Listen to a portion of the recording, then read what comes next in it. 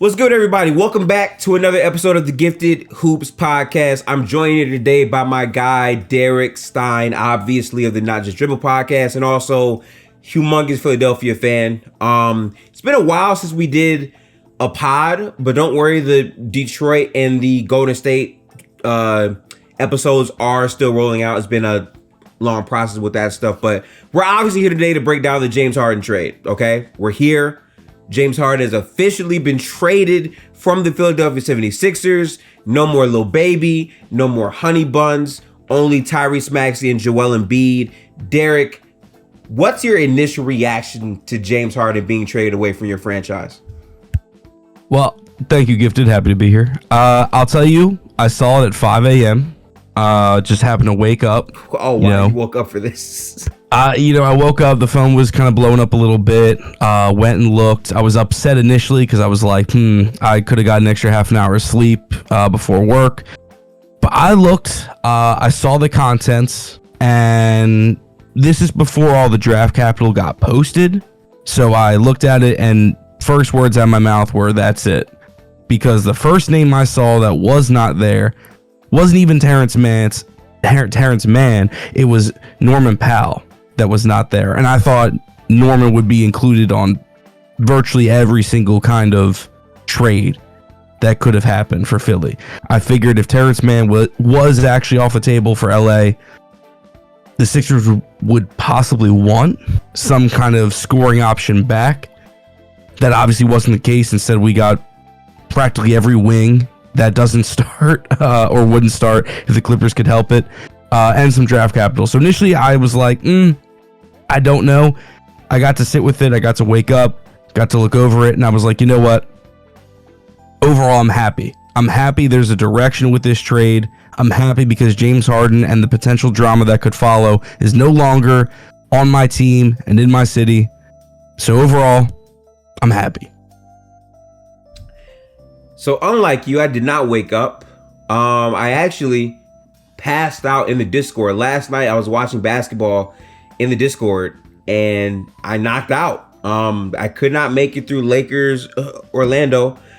I wake up and I think you texted me and I'm like, what is he talking about? And then I check my thing like, oh, Harden's been traded. And it was funny because we actually talked about this before this. Like, I was saying, okay, Harden's official on the sideline. So that clearly means he's going to play pretty soon. Like now we're going to find out who's playing chicken, because for some time now, like, it's been a question of, does Harden want to play for the Sixers? What's going on? Is he holding out? And then we see him for the first time. So I'm thinking, okay, Harden's going to play. And he is, but not for the Philadelphia 76ers. The full trade package, I'm pretty sure you guys traded. You traded James Harden for, honestly, a bunch of mid-tier players. Some players were not even in the Clippers rotation for real. The players would be Robert Covington. I'm pretty sure it was Batum. Also KJ Martin, a 2028 unprotected first round pick. I think 2 or 3 second round picks and a pick swap, right? Yeah, so you got Rocco, who's coming back to Philly. Nick Batum, as you said, KJ Martin, also Philadelphia native Marcus Morris is included. I forgot about Marcus, yes. Yeah, an unprotected 2028, like you said, 2 second round picks, 1 first round pick that is actually coming from the Thunder, but was originally LA's, which is confusing. It is a heavily protected 2026 pick, and then a first round swap with the Clippers as well. PJ Tucker and another Sixers player who was not in the rotation, Philip P, we call him. He is going to LA as well as James Harden. Shout out to Philip P. I think. So I'll be honest. I spent the entire day thinking, what side am I going to be on with this trade? Because I told you multiple times, I don't believe in trading James Harden regardless of the drama or whatever if the return is not there. But what I have reflected on is, what was the market for James Harden? And for many, many months now, the market has been the Clippers. And there hasn't been any other partner trying to join. Now, to be fair, Laker fans have been overreacting, wanting James Harden. So I guess you can maybe throw them in there. But realistically, they're not in the market. And you can maybe say if you wait longer into the season, more teams are going to be unhappy and maybe there is a higher return. Maybe that's the case. I don't know. But what I do know is James Harden called Daryl Morey a liar. I repeat, James Harden called Daryl Morey a liar. And that's literally what James said with the whole I repeat thing. And questions about his commitment to the team, if he was going to play or not, were absolutely there. So them making the trade, from that perspective, it makes sense. But I got to say, from a value perspective, this feels crazy to me because the Clippers didn't have to trade Terrence Mann or Norman Powell. And it's crazy because they literally said as a negotiation tactic that Mann was untradeable. Like he's an untouchable asset. And I laugh because it's like Terrence Mann. I can't even get Terrence Mann. And they stood on business. I mean, they threw in more draft capital than we expected, I think. But the players that they gave, I mean, probably the most serviceable player in the deal is probably Batum, who's going to retire after this season. And it's kind of old, but he still has some value. But outside of that, Robert Covington was barely in the Clippers rotation. It's funny because as soon as he starts getting minutes, he's no longer on the Clippers. Yeah, exactly. I find that hilarious. KJ Martin is a solid young player. I like KJ Martin. I just don't think he was going to be like a playoff minute type of guy just yet. But he is a good player. I like KJ Martin. And really the draft stuff for the Clippers. I mean, now you are officially all in with this team even more than you were before. Now their picks are going to come more so in 2029 and 30. You know what I'm saying? Like they now have to wait much longer to get their draft capital back. My initial reaction is, where does this put the Sixers? Because now there is no Harden fail safe. There is no like real like star you're getting back in this deal. And that takes me back to why I said Daryl Morey is a liar. Because initially Daryl Morey said he wanted a star return back for James Harden. And instead you have KJ Martin. So not sure where the star is. Maybe with a bunch of the contracts that you got back, which is super, super underrated, by the way. Most of the players you got back are on expiring deals.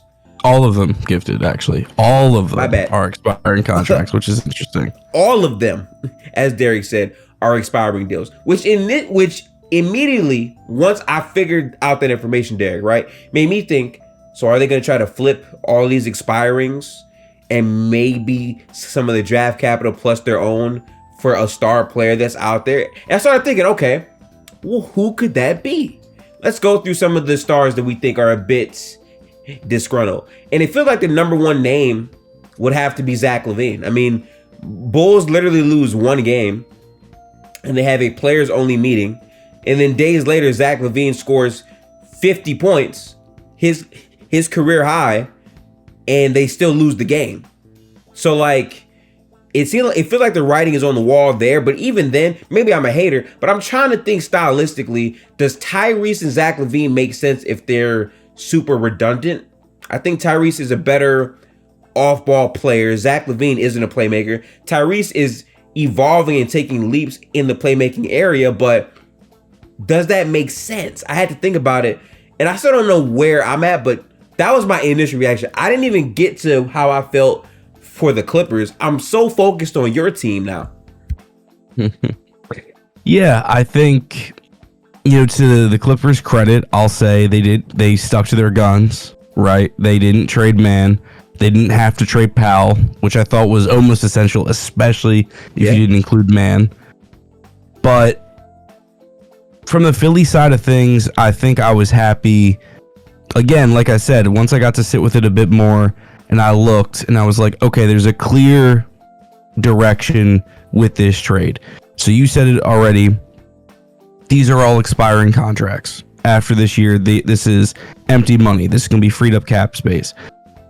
So that's a win for Philadelphia. That was a big discussion point of Tobias Harris, of course, is going to be a free agent. James Harden, if he stayed with the team, $36 million would be off the books after this year. He would, almost certainly walk. But the money would be off the books. So I do think Daryl Morey has a plan of going all in free agency. Personally, I think that's where he's leaning. We'll talk about Joel Embiid and his feelings and how that could change the timeline and change where that money goes. But what's also really nice about these contracts is they're actually very flexible. So I was looking earlier, Marcus Morris is making roughly 17, almost $18 million with this season. That's actually a very tradable contract because that can get you, a couple of good role players certainly that are making cheaper money. But more importantly, there's some fringe all-stars. In some cases, there's actually all-stars that are available for just that contract. So then you get into the conversation of a Marcus Morris and picks, and that can go get you something. On top of Batum, who's making roughly $10 million. Robert Covington, I think, is making like 10.5. So you've got players that are going to be able to be moved fairly easily if you want to do it before the deadline or around the deadline. You've got draft capital now that you did not have before. It's unlikely Philadelphia ever uses it for drafting players. They're absolutely trade chips, but now you've got some ammunition to do that. So from that perspective, Philly has now armed their arsenal a bit more, and that was absolutely necessary because, like you said, the original discussion was Morey was only going to trade for a star. Once we saw that really wasn't on the table, it's not like Kawhi or PG would be available from the Clippers, and the market really didn't expand. This was realistically the next best outcome. And I do think this is a trade package that could be used to get something that Philadelphia desperately needs and wants and appeal to Joel Embiid. Yeah, that is where my next, thought goes. And again, I really couldn't think of a better name than Zach LaVine in terms of potential star player that fits into what Philly might want to do. Ideally, you find a more flexible playmaker that can also shoot, I think. Or you find a wing who can, put Tobias Harris back at power forward comfortably. But it's star added to that makes it a lot harder because then it's okay, does the money work? Do you have enough? This trade happened because the value was so dramatically low and James Harden is on an expiring contract. And I feel like the Clippers have reached a point where they're just all in and they're saying, just screw it, let's do it because we haven't extended Paul George or Kawhi yet anyway. So now it's we have James Harden, which I think a big catalyst of why this trade was made is James Harden is insurance for the regular season. This move, for me at least, cements the Clippers as a playoff team. And honestly, it might cement them as a top 4 team seeding wise in the West as well. Because now if Kawhi goes down, you have James Harden, you have Paul George, you have Russ. If Paul George goes down, you have Kawhi, you have Russ, you have James Harden. If they both go down, you at least have 2 playmaking guards who can raise the floor of the team during the regular season. And then vice versa, Russ plays a ton of games and so does Harden. So you get a bit more safety in terms of who's going to be playing on a night-to-night basis, which can take away from the load offensively that Kawhi and Paul George are going to have. But defensively, you lose Batum, who was a good fit for that team, although I did wonder how good he was going to be. I mean, he's a lot older, a bit less mobile than before. But you also lose PJ Tucker, who is a Sixer, which you gain PJ Tucker. But as you said, as a Philly fan, PJ Tucker is damn near unplayable, I kind of feel like. And I hear the defense, he does rebound a lot, but how many times, Derek, have we seen PJ play a whole game for your team and shoot 1 or 2 shots? Oh, plenty. I mean, that's the thing. You're in many ways playing 4-on-5, especially in playoff basketball, but we've seen it in the regular season, which makes it all the more damning. And, I guess someone could say that PG, Kawhi, and now Harden, that's a better shooting collective than what the Sixers have, which, sure, if you want to say that's better than Tobias, I'm not going to argue that point. But Joel's more of a stretch big than Zubats is. Certainly more of a stretch big than Mason Plumlee would be. We know what Russ is as a shooter, and I think he, I think he's improved, but he's not Tyrese Maxey shooting the ball. So my point is that it's close from that perspective, and I feel like you're still going to have the same issues with PJ. But PJ, of course, was essential money-wise. You needed the $11 million, but also, 4 forwards were traded in this transaction. You needed something back, so PJ does fill that void at really backup power forward, because I think as we progress, Kawhi is going to see a lot of time playing the power forward position, which is that's going to be interesting by itself. That's certainly worthy of like a Clippers discussion. Do you want Kawhi at the 4? That is so especially disgusting. for big minutes. That is like, so disgusting to me. That's a very real reality. PG could slide. PG's certainly tall enough. He's mobile enough. I think he's obviously still rebounding well. But once you get Terrence Mann back, which that's also another discussion, is Russ going to the bench? Is he going to be happy with that? Because I think realistically, you've got Harden, then probably PG, then Mann, who can play 1 through 3. It seems like they'd rather him stick at 2 or 3. Kawhi is at the 4 again. And then you got Zubats and Plumlee. Neither of them really play, down. They're really strictly 5s. So, you're kind of landlocked a little bit. And that's why I'm curious to see if the Clippers go out and try to use whatever capital they have left. Maybe Norman Powell is actually on the move. Because, in a sense, in a weird sense, you could call him redundant as far as a shot taker, because now you've got plenty. You're adding Harden. You expect plenty shots to go to him as well. So I'm curious to see what the Clippers do to see if they're done, because I think pre-pod we discussed, like, many are touting them as bona fide contender status and possibly best in the West outside of like maybe Denver or whatever. So I don't know. Me personally, I don't think they should be done. I don't think they should be content, because I still am not comfortable calling this a tier 1 team or a championship contender. Like a bona fide upper echelon championship contender, I'm not happy doing that yet. I think I have questions about a lot of things for both teams. I think I have more questions, ironically, for maybe the Clippers than the Sixers, but it's nearly even, because my question with the Sixers now is, this feels like a move you make because you want to empower Tyrese Maxey with Joel Embiid, but now there is no safety net of having another, star level guy who can play with Joel Embiid and take the pressure off of Maxey to have to be what he is. I think Maxey's playing very good ball right now, but in terms of maintaining this load for the regular season and the playoffs, I kind of question that, especially when like the guys you got back are like fringe rotation players. I think you're going to be playing Rocco more.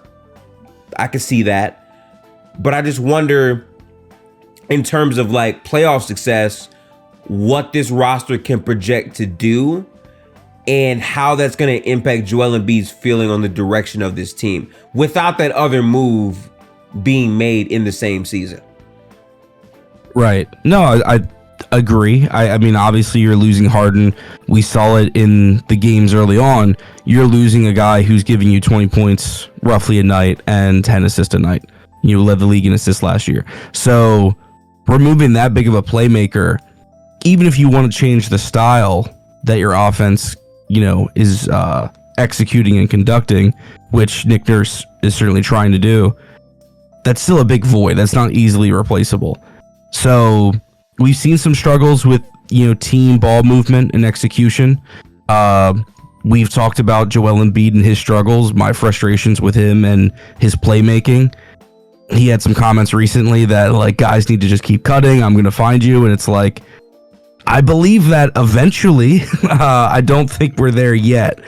But obviously Joel's last game, he was sensational, flirted with a quadruple double. And I think Joel Embiid is a positive playmaker already. I think he could get to very, very good actually great, probably towards the middle or end of the season, where he knows, the newer faces a bit better and their tendencies, but also can pass, I don't want to say to them, but where they're going to be. I think that's something that Joel's kind of struggled with, certainly so far in the small sample size, but historically, he's never been on the same page. He'll try to throw to them when they're trying to cut, or they haven't necessarily gotten somewhere, and he throws it, in front of them and they don't get it. And I feel like that's just been out of sync for so long. Part of me wants to blame the lack of preseason games with Joel and some rust, which is all well and good, but honestly, I'm sick and tired of using that as an excuse. The bottom line is, if you're an MVP, if you're an All-NBA player, you should just be good at that now. You've been in the league for a decade. You've been around the game plenty now. You should just be able to do that. That's a fair expectation. So I expect it to go up. Obviously, we talked about Tyrese. His growth looks sensational. And, you call Harden insurance, safety blanket insurance policy. He is that, but in other respects, he takes away from Tyrese. I've seen reports of the next guy they got to get is got to be a guard, right? Because you lost Harden, so you need to replace that. And then someone who can also handle the ball, because Tyrese is a really good off-ball player. That's true, but I don't want to put Tyrese right back to where he was. Right. We've discussed this numerous times, Gifted, pod, in spaces, etc. The best guards have gotten opportunities to lead an offense. They might have some struggles, but then they become far better players for it. We saw it with Zach LaVine, a guy you already brought up. Devin Booker, immensely better player after his struggles as a lead guard when Phoenix wasn't so good. And now he's, we can possibly the best offensive player on his own team. Crazy take, maybe. That's fine. But we know these guys do improve. And I think Maxey, even if he isn't at the ceiling or can't reach the ceiling of a Devin Booker, we know he can improve. We know he's going to get better. He's gotten better in every single season he's played so far.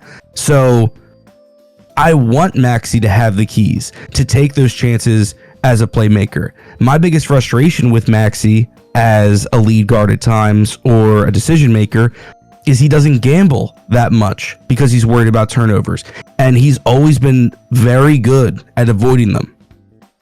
But the best playmakers in the world aren't afraid of a couple of errant passes or gambles that didn't pay off, because the ones that do can win you those big games. So I want Maxey to have the keys. I want everything that comes with it, which is going to be some growing pains. He looks great right now. Is he going to average one turnover for the rest of the season? No shot. That number should very much double, should very much triple. I expect him to be at around 3.5 turnovers this season. And that's completely fine. The team and Maxey will be better for it.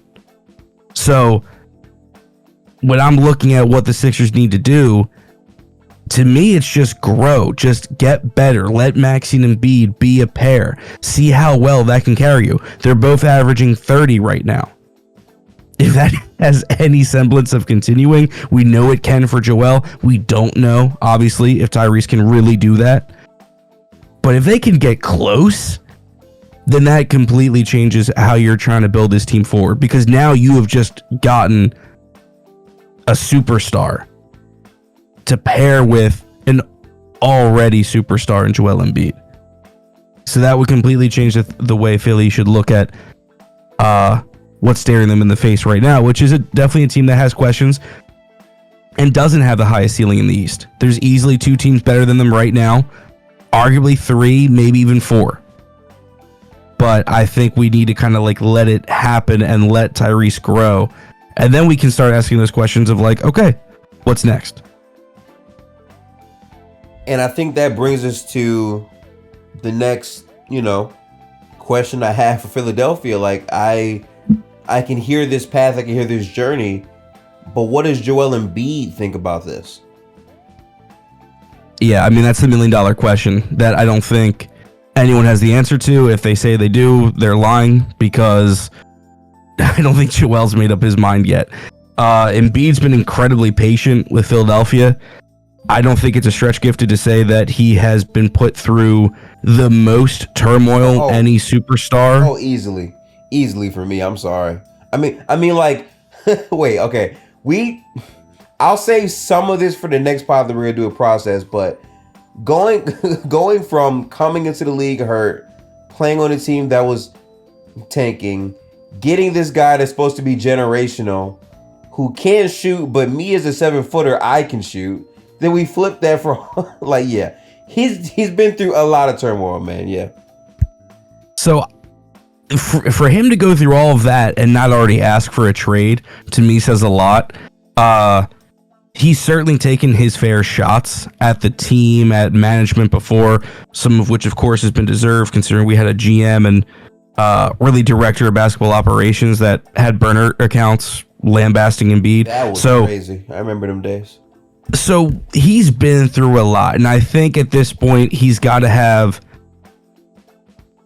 the mental fortitude to understand this could take time. I think he sees Maxey and he sees a really good player right now, a guy that cares about winning, who's been a total professional.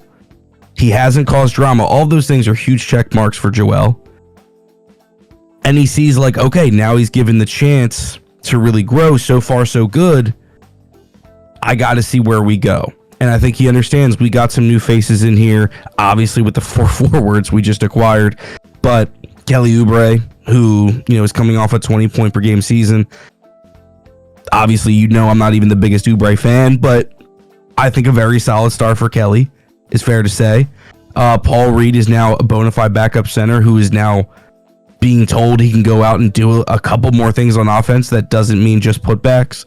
Jade Springer has now been added to the lineup. So there's a bunch of stuff that has changed and transpired over this offseason.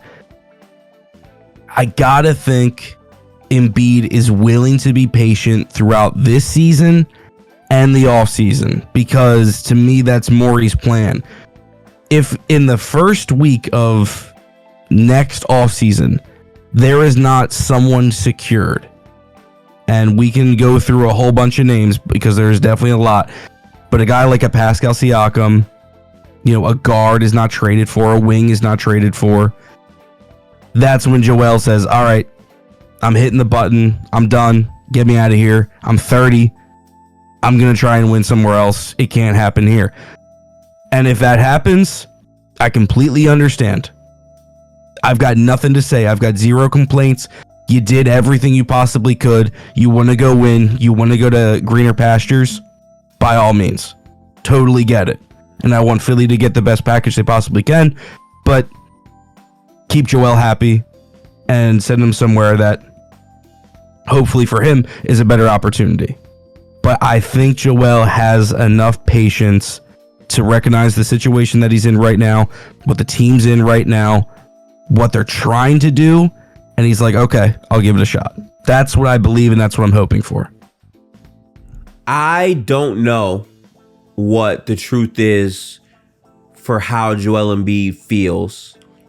I don't know what the future of the Sixers is for this season in terms of how far they go in the playoffs. I don't even know if they are a second round team in general based on what the matchup could be. What I do know is unlocking Tyrese Maxey in this way makes him a better player. Whether or not he can potentially turn into a superstar is another thing to be determined for me. But in terms of maximizing his value to your team as an asset, that's also another huge thing that he can do as well.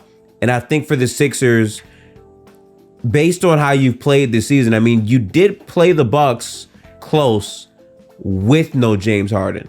So the idea for this team to me is to continually try to have your offense scheme in a point to where it's equal opportunity offense for a lot of people, and there's consistent movement to maximize the advantages made from Tyrese Maxey and Joel Embiid's two-man game, sure.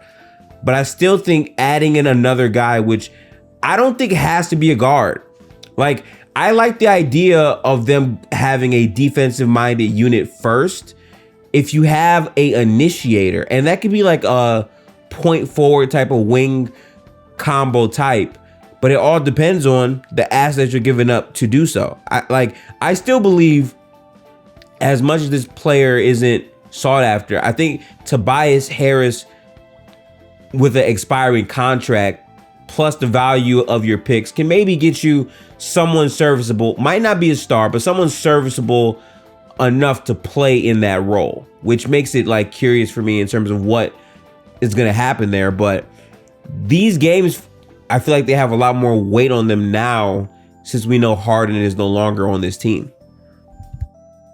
Yeah, no, I completely understand that perspective, and that could totally prove to be true. That, you know, if the Sixers drop the next 4, 5, 6, like, the media is hitting the panic button, the fans are hitting the panic button, and that noise will creep up. You know, it's inevitable.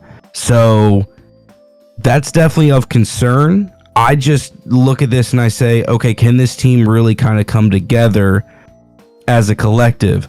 Like, you lost 2 key pieces, but if you're going to win games, you have to get closer together. You have to be able to pick each other up and pick up the slack. You're losing a huge offensive piece in Harden. You're losing, I think, a good, like, you know, connective tissue piece in PJ Tucker. So the only way you can get better is, you know, gelling. And so, like, if they gel, if the chemistry gets better, continuity, they trust each other more, this could end up being a good thing, I think, for Philly. And again, it's as long as you have that direction, your star players are in on that plan, then I think you go with it. The only way I'm really down with trading, you know, now or in the middle of the season at the deadline, is you have a disgruntled star that is, you know, trying to get to Philly, which very unlikely, truth be told. Excuse me. But you have someone who is trying to get out and the asking price is going to be low, where you don't really have to trade pieces of the team, but you can just move that draft capital and 1 or 2 of the contracts you just picked up. Or you just have a gem of a rebuilding team that says, okay, I'm out. I just want the draft capital. We know how important first round picks are going to be from here on out. I mean, obviously they were important before, but now with the new CBA kicking in, with the salary cap issues, we know that those rookie contracts are super valuable to all teams, small markets or large. So teams, I think, are going to be far more enticed to take some salary and a first than they may have been before, as far as like what kind of player they're trading. So there's a couple I have in mind that could fit that bill, and that would be a discussion worth having. But again, you don't want to take on a big salary to kind of impede what you could have this offseason and truly shape a championship team, which I think could be possible, especially if Tyrese continues to grow. So that's, again, like, you have to be patient. And that's what I would implore, like, every Sixer player and fan to be, is I think it's worth being patient. You have a chance to do something here. And to your point, they played the Bucks tough. Like, sure, it's early. They're trying to figure out Dame and everything too. But it's not decided yet. You still have to play the games. So Philly's not down and out completely just yet. To all the Sixers fans listening, what Derek just told you is to trust the process. Yeah, basically. I think it's one more. I have one more season. Do I trust Morey? No, I'm not going to say he's a liar. He didn't lie to me specifically. But I trust that there's an opportunity here to salvage this season, to salvage the team. And really just the Joel Embiid era, right? Like, that's really what we're talking about, because it's not so much the Maxey situation. I think there's a very good likelihood he gets re-signed regardless of how the season goes. We could end up 20-60, or we could be 45, for a 45 win team, lose in the first round, lose in the second round. We could even get to the ECF or even the finals. Like, regardless of how that goes, Maxey's probably coming back. It's really about maximizing Embiid and can you win a championship or be in a true championship window with him. And this is really the last, I want to say, season, including the offseason, to make that happen. And to convince Joel himself, like, it's worth saying. So it's a lot of ifs. It's a lot of like wishing, but you kind of have to have that as an NBA fan, right? Like, you don't want to just pack it up 3 games in. All right, 2-1, but we're not going to win a championship, so it's all over. It's like, you can't think like that. You've got so much more that still has to happen before we can just, all right, it's done. We're over with. Trade Joel. Go back to a rebuild. Speaking of ifs, the Los Angeles Clippers.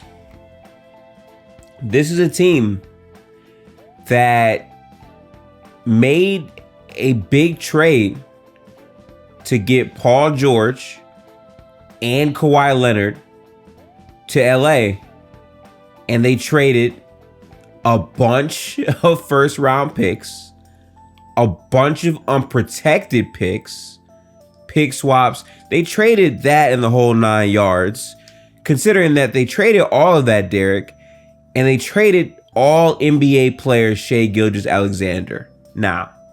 So that's what they traded. And now they're in a situation where Paul George and Kawhi are not re-signed to the team, and you add James Harden to this mix. So the if question for them is very interesting. What happens if Paul George gets hurt? What happens if Kawhi Leonard gets hurt?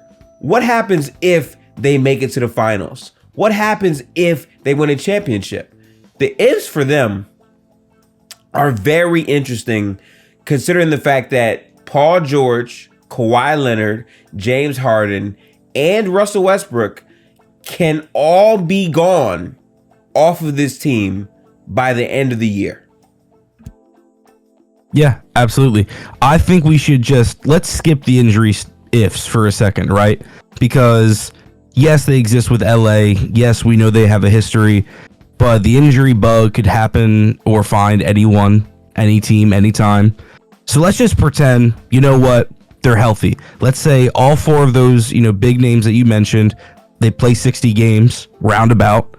They have a regular season, a team to rock with. Let's just say they're there. So my first if, Terrence Mann's out with an ankle sprain. We don't know if Harden's going to play tonight at the time of this recording, but he's going to play sometime this week, which means more than likely Russ and Harden are your starting backcourt. What does that look like in 2023? We saw it sort of for a little while in Houston, which is over 3 years ago. And then, of course, like, we're not going to talk about like OKC. They were 2 vastly different people back then. So can Harden and Russ adjust? I don't know about you, Gifted, but from what I've seen of the Clippers so far, Russ looks pretty well adjusted and, dare I say, is doing a little bit off ball. Like, might actually be, doing stuff that doesn't necessarily have him making every decision, which is something we've talked about as Russ fans, or following Westbrook for his career. I've liked what I've seen so far. He's taken some really smart shots. The 3 balls going in so far, obviously very small sample size. It's not like he'll take a ton, but he's just now getting comfortable with this team, and you're adding a primary ball handler to the mix. Now, we obviously think that's going to do really well with PG and Kawhi because predominantly they're off-ball guys. They're great scorers at virtually any level of the floor.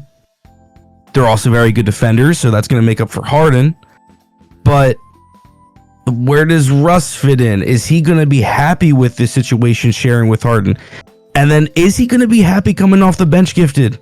Because he could very well be coming off the bench if Terrence Mann comes back and they slide him at the 2 or the 3 to better maximize size and defensive versatility, and Harden plays the 1, which is really where he should be. So there's ifs from the basketball sense all over the place. We can just remove health We don't even have to think about that, which is it's still on the table. But even if they're healthy, this could get kind of messy. The potential is obviously there. Harden is still one of the best offensive players in the game. He's a walking, like, top 18 offense by himself still, without Kawhi and PG.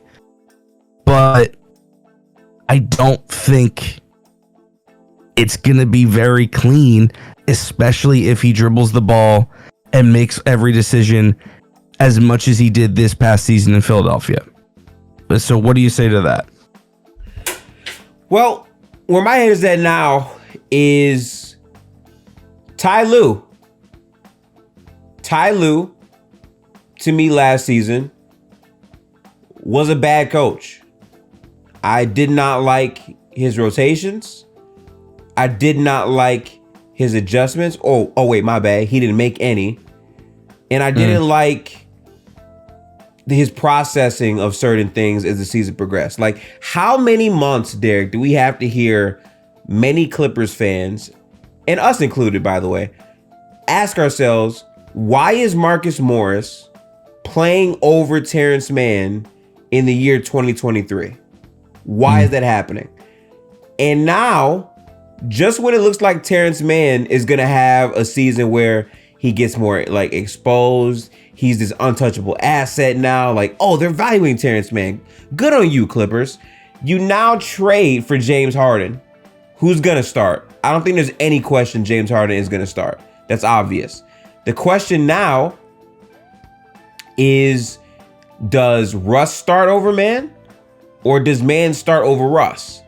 And the funny part is, while we're having that question, in reality, the 4 is the biggest question. Because I'll be honest with you, Kawhi at the 4, I think is terrible. I don't like the idea of playing Kawhi at that 4 position because it takes more out of you physically, and you have to be like a help side rim protection guy. Kawhi Leonard is much better as like a POA guy on wings. He's much better at the 3 than the 4, I feel like. And Paul George, to me, a big part of his defensive value is the fact that he's so long, but he can play the 2 or the 3. I think that makes more sense. Extending them out to the 4 feels like you're pushing it. And like in terms of the Russell Westbrook thing, I think Russ played very well in the playoffs. I think in the playoffs you saw defensively, after the first 3 quarters in game 1, Russ turned his defense up to a whole other level. He understood where to be, how to guard people, and played phenomenally well. But now, in a new season, if you're asking me who's going to start, it wouldn't surprise me if Russ started, because this is the same man that, once again, Derek, started Marcus Morris over Terrence Mann. And Marcus Morris is a way worse player. Yeah, no, absolutely. I mean, statistically, he was one of the worst defenders in the entire league, really the past 2 years. I think what's interesting about the potential starting 5 of Harden, George, Mann, Leonard, Zubac is this lineup to me screams, I want to see Phoenix in the playoffs. And I don't know that I could put together necessarily a cleaner looking lineup to match up with Phoenix. Harden, it would be, placed on an island with whoever the weakest shooter is, obviously. But you've got PG, who would probably see Booker. You've got Mann, who would probably see Beal. Kawhi would take KD. So, I mean, that would be a very entertaining series, and I think that's kind of like the logistics and the thought process. I agree with you, Kawhi, like, battling on the boards and having to, like, a double big lineup, which is kind of, I think, slowly coming back in the NBA in a very subtle way. That's not where I want Leonard to be. Clanging and banging is not something that a 32-year-old Leonard should be doing. That's not a way to preserve your body very well. So that's a concern, but at the same time, I feel like that's kind of the only move, because the only other counter to that really on this roster is Harden, George, Leonard, Tucker, and then Zubac. And I don't really like that either, The bench on paper looks a lot stronger because it would be Russ, Powell, Man. Some kind of sub, I guess, and Mason Plumlee, because, let's face it, they're not going to ask, Bones Highland to get some run. Kobe Brown is far too young. But see, this is the funny part. Brandon Boston is like a two-way contract at this point, right? This is part of what you're saying, though, because you would think that some of these guys are not going to play. Let me tell you something. Bones Highland is going to play. They're going to have 3-guard lineups with Russ, Harden, and Bones. That's going to happen. You will see that happen. That's foul because you just skipped over Norman Powell. Like, if I had to witness a 3-guard lineup, I'd rather see Harden, Russ, and Powell, because at least Powell, is an undersized wing. Bones is, I get why people are excited about a player like Highlands. He's very dynamic. I think he's got an interesting first step, which I don't even necessarily believe. I think he's a very I don't think he's explosive enough, really. That's kind of where I was going. I think he's very shifty and side to side. He can kind of shake some guys, but I don't like him really at all without the ball in his hands. And then with him, I think he just kind of takes up too much shot clock. These are nitpicks, obviously, but again, I'm thinking about kind of winning and building winning habits with the team, and understanding what these lineups are going to be. Your 9-man for the Clippers needs to look like Harden, George, Man, Leonard, Zubats, Russ, Powell, Tuck, Plumlee. I think you need a backup 5 if Zubats eats up some fouls in a West that has some very dangerous big men or very dangerous guards that get into the paint. Tucker obviously is going to be playing defense. We know what he does. Powell is a great 6-man. Dynamic scorer, still, I think, a solid defender, especially for the position. We know what Russ can do. So Bones is out of that circumstance. So from a depth perspective, obviously he'll get the run because we don't expect any of these guys playing really 70 games or higher. But man, I just think there's so much to work out here, and I worry for the Clippers. Harden hasn't done the off-ball thing. As many different iterations of Harden we seemingly have seen over the years, he is not an off-ball guy and never really has been since 6-man of the year status in OKC. So, do you expect any change as far as his play style in LA? And that brings us to the next question, the James Harden experience, which I like James Harden a lot. I think he does a lot of great things, but when the ball's not in his hands, you question it. I think last year he shot 40% on catch and shoot, but the volume of him taking catch and shoot threes isn't quite there.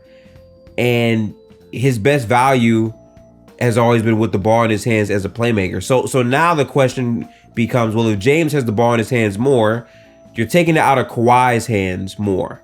And while James is a better playmaker, Kawhi Leonard, as a creator, based off of his mid-range volume and things of that nature, goes through stretches where, no, the ball should be in Kawhi's hands.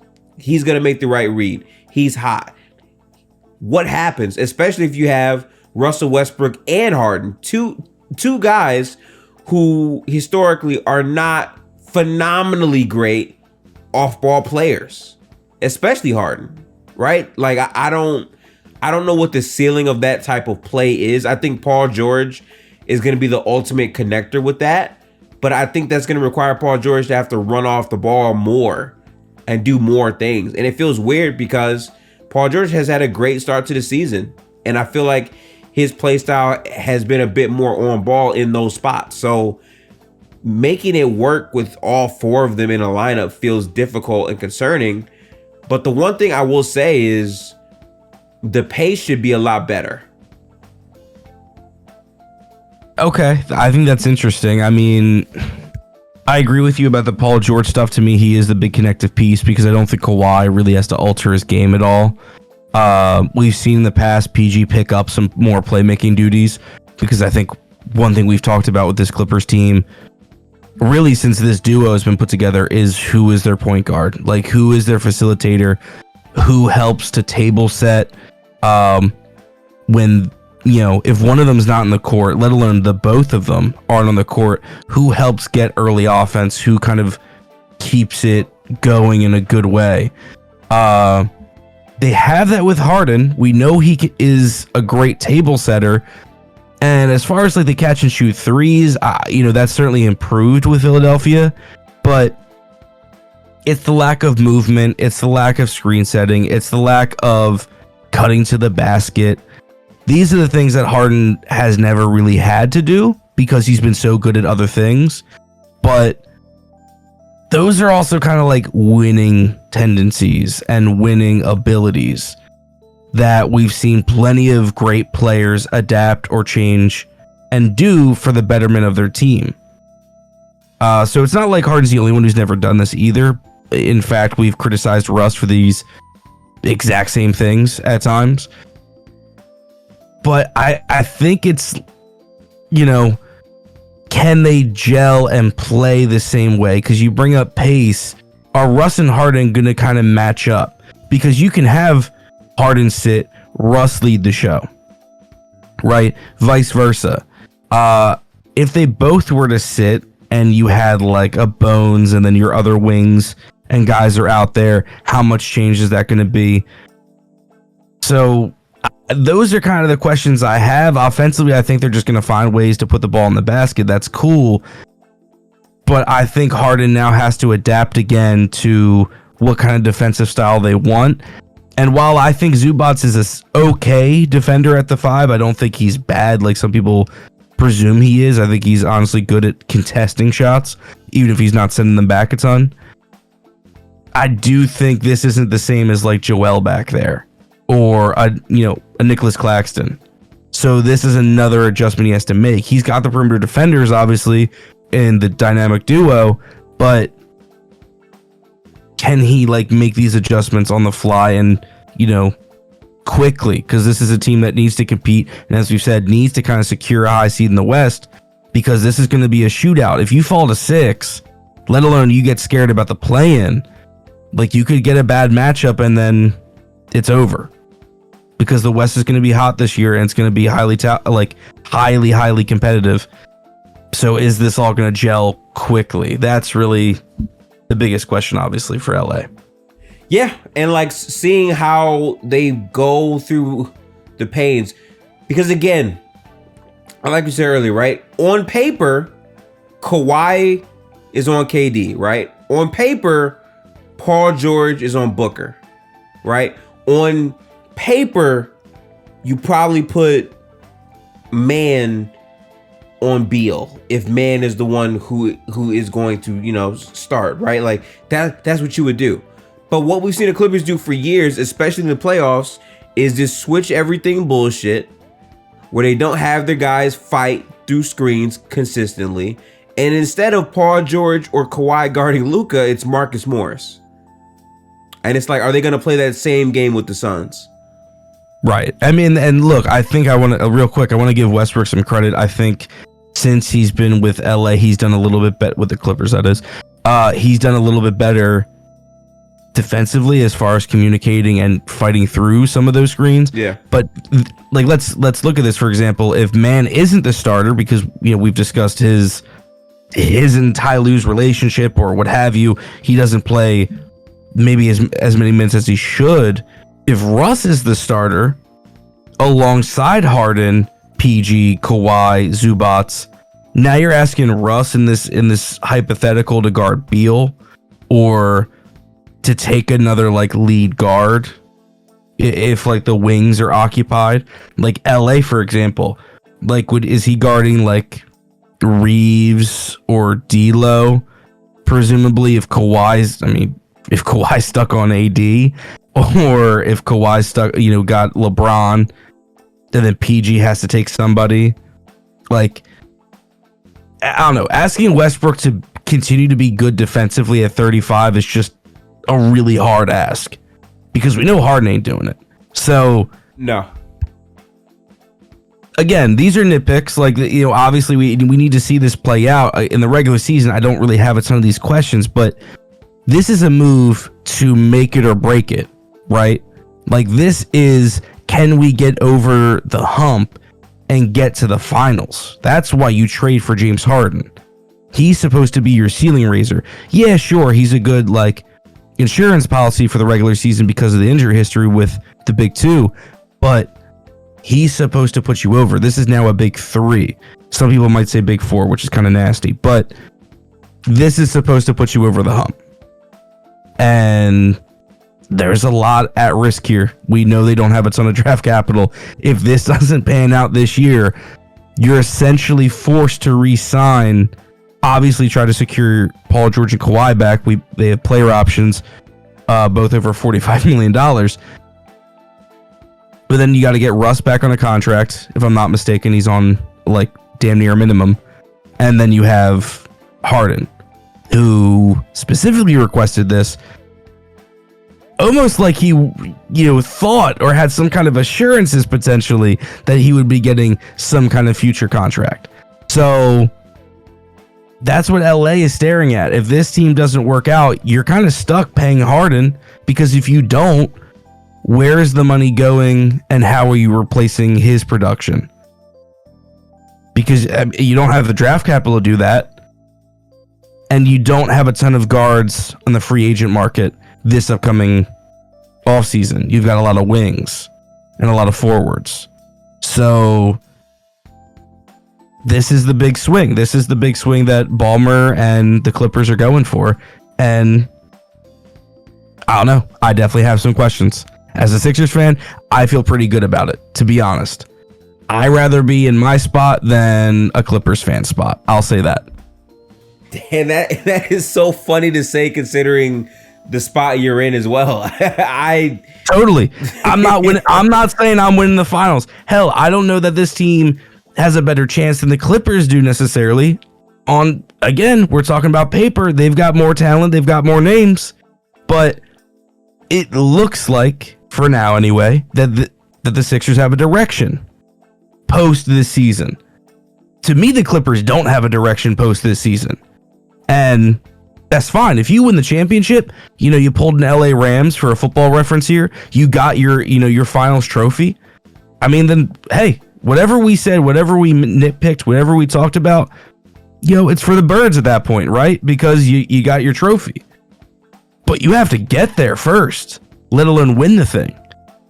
Because if you don't, this is a swing and a miss and you're out.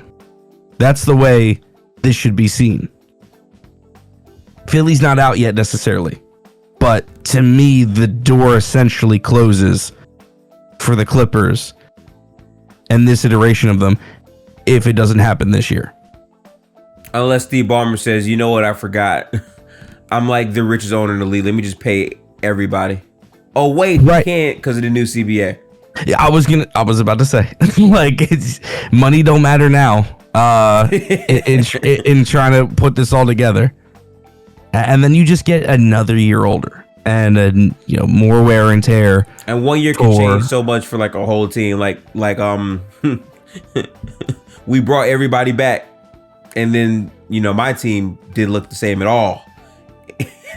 Right. Like, I mean, and this isn't like a young roster. You know what I mean? Like, we talk about Terrence Mann, and it's been memed to death. Like, I'm a Terrence Mann guy. Of course, I wanted him in the trade initially. You are a Terrence Mann guy, yes. Like, he's a plug and play player. Like, that's exciting. Like, I've seen him have success playing the 1, the 2, and the 3. Obviously, I prefer him at the 2 or the 3, but he's a very, I think, coachable player and very easy to kind of implement into a system. But he's 27 and he doesn't have the highest ceiling in the world. Which is like another thing that, like, Harden, is he a little insulted that LA didn't just want to fork up a 27-year-old expiring contract for James Harden, a 10-time All-Star, a former MVP, a guy that was, as some called it, All-NBA caliber last season? You had trouble moving. He was like 8 points a game, Terrence Mann was too tough to go on. Normally, I would agree with you that like he should be mad about that, right? But I don't think he should in this situation because A, they still traded for him, and B, he now gets to play with Terrence Mann, which can be a help to the team to make them better in general. Because hypothetically, if you added Terrence Mann to this deal, they're a much worse team. Right, of course. Yeah, like because if you sacrificed Mann, I mean, if you did something nuts and like, you know, you kept Batum and sent Mann, and it's Mann, Rocco, Morris, and Martin, like, yeah, this team has so little versatility to them. You're so locked into your starting five, I guess 6 and 7, which maybe that's what they're banking on. Like, you just rock out an 8-man rotation. Hell, even 7 in some circumstances, that might be enough because you've got the top end talent. We saw Boston kind of with the same approach. We just know Boston's younger. Like, that's really the big difference here, I think. It's fair to say, like, Jaylen Brown and Jason Tatum are younger variations of Kawhi and PG. I'm not saying they're better necessarily, but they're definitely younger and on the right side of 30, meaning they're not 30 yet. And the guys behind them are also still like really good. So I have my doubts. I've been forced to kind of doubt James Harden after going through the experience. You know, obviously still ferociously talented player, but does it really translate to winning? I haven't seen it. I haven't seen it in some time. And the guy who almost did win, barring some unfortunate circumstances, that's not the same player. The guy of 2018, 2019 is no more. That Harden isn't there. So I don't want to hear it like he's been, you know, a winning player before. That version of him was. Not now.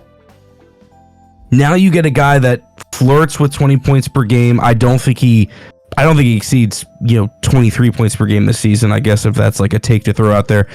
He's still going to be the playmaker, but I don't think it's going to like really jump up quite as much. That's just my thoughts. Still a great player, but I don't think he evolves enough to get you over the hump.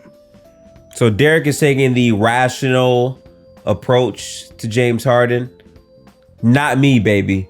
2023, James Harden. This is the revenge season. Daryl Morey is a liar. I repeat, Daryl Morey is a liar. One of the best phrases of the modern era for basketball. Daryl Morey is a liar. And I think that James, like his trainer said, understands what is at stake for this season. I think all the honey buns he was eating, he cut that out. And I think when the season starts for him specifically, the target is going to be on his back the entire year because he has a lot of money riding on this. His reputation as a player riding on this. And this is yet another instance where you're playing with talented players, and a contract extension for James Harden is not guaranteed with the Clippers. I don't believe. There's a very realistic chance, like I said, that all 4 of their guys can all leave because they're all on expiring deals. Even Westbrook taking the $8 million extension, I'm pretty sure he did that because he wanted to stay at least one more season in LA. That doesn't mean he can't opt out and go elsewhere after the season is over. Plus, the market, as we know, wasn't as open for Westbrook, even though he was a very good player for the Clippers once he got traded there. So there's a lot riding on this season. And the other element that you're not thinking about, Derek, is remember, Russell Westbrook, Paul George, Kawhi Leonard, James Harden, where are they all from? That would be California. California. So to them, winning together as all LA natives, LA kids, it means a lot to them. And I think for James Harden, he's in a position where his trade value was to the point where teams wouldn't trade Norman Powell for him. I think James Harden is going to take that, wear that, and ball the hell out, because people forget a lot of why Joel Embiid looked the way he looked last year was because James Harden was able to execute advantages and actually put him in a great position to score in better spots. So now James can bring that to a Clippers team where sometimes offensively, you're questioning what the hell is the decision making or the shot processing here. And it feels like James doesn't have to give you 35 to win. It felt like for Philadelphia, they needed a more aggressive scoring James Harden to have success in the playoffs. And even though he did it for 2 games and they won those 2 games, it feels like for the Clippers, they have Paul George and Kawhi for that. But James can absolutely still give you those types of performances. So it's going to be interesting.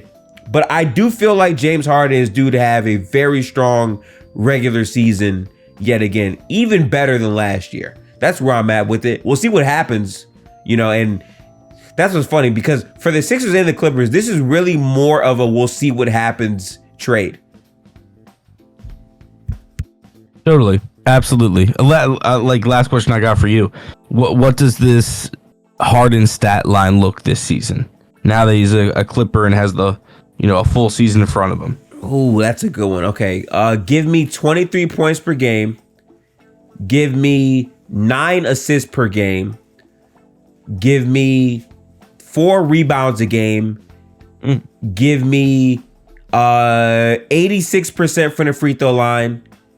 Give me, it's going to be a hot one here. Give me 51% from the field, 37% from 3 on high volume.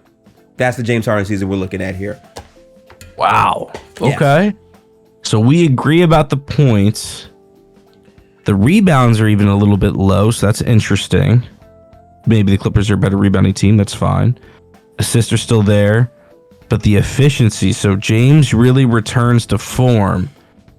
Like, I want to just throw this out there. I'm curious, like a field goal percentage like that.